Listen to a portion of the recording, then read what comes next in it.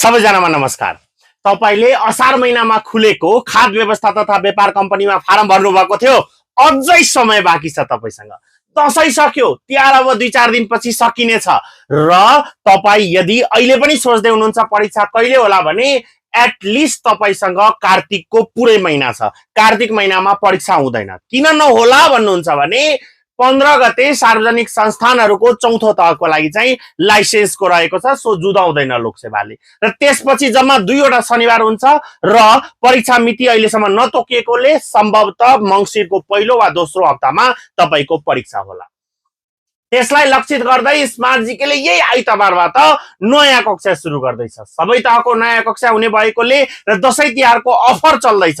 तसर्थ 30% छुट लिनलाई आजै व्हाट्सएप बटनमा मेसेज र फोन कल गरेर कमेन्ट बक्समा आइ एम इन्ट्रेस्टेड लेखेर र नम्बरमा कल गरेर कक्षा लिन सक्नुहुन्छ। न्यूनतम शुल्कमा अधिकतम सर्भिस दिने स्मार्ट जीकेमा daily live class, recorded video, PDF notes लगायतका विभिन्न सुविधा भएकोले तुरुन्त कक्षा जोइन गर्नुहोला भन्दै तपाईहरु माझबाट बिदा लिन चाहन्छु। हस्त धन्यवाद।